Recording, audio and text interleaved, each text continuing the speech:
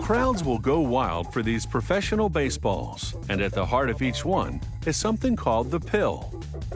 The pill is smaller than a golf ball. It's about 4¼ inches in circumference. Inside the pill's rubber casing is a sphere of cork. They pour latex adhesive over hundreds of pills loaded into a drum.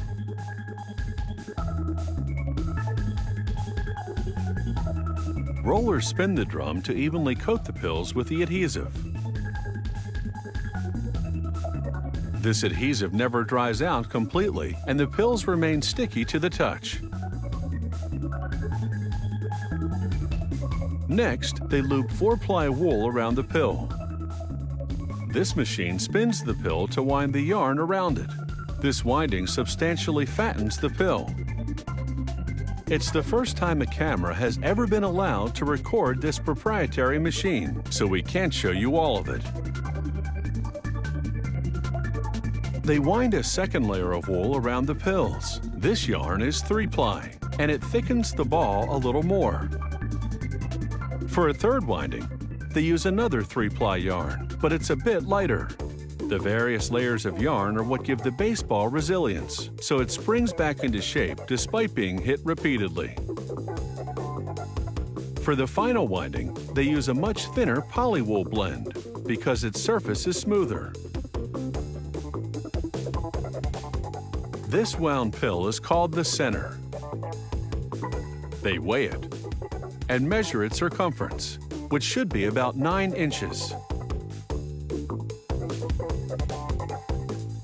They add adhesive to a spinning drum, then load the centers into it. As the centers tumble, they absorb the glue and the wound fibers adhere to each other. The centers air dry for 48 hours but remain sticky. Using this hydraulic press, they punch out figure-8 shapes from leather, complete with holes around the periphery, allowing them to be stitched into baseball covers. But first, they stamp the date and lot number onto them. Then they wrap them in wet towels. The moisture will make the leather pliable enough to sew.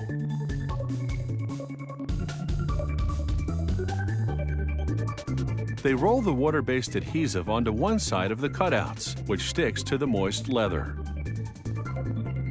They press 2 cutouts to the center sticky surface. It's an exact fit. They clamp the leather-clad ball in a vise, and it's time to sew.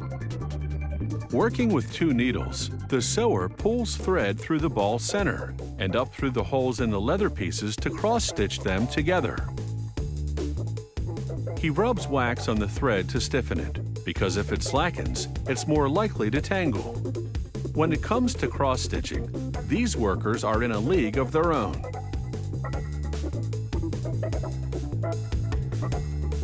They make quick work of the 108 stitches in each ball. There are 350 sewers in this factory, and they produce 8,000 to 10,000 balls per day. That's a lot of home runs.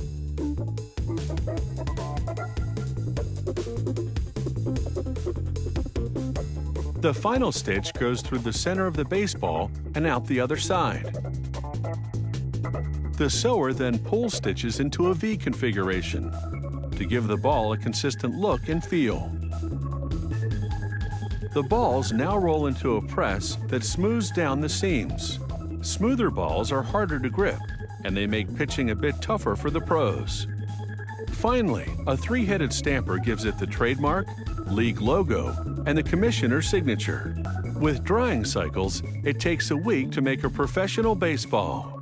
It will be whacked and slammed out of the playing field. But that's life in the big leagues.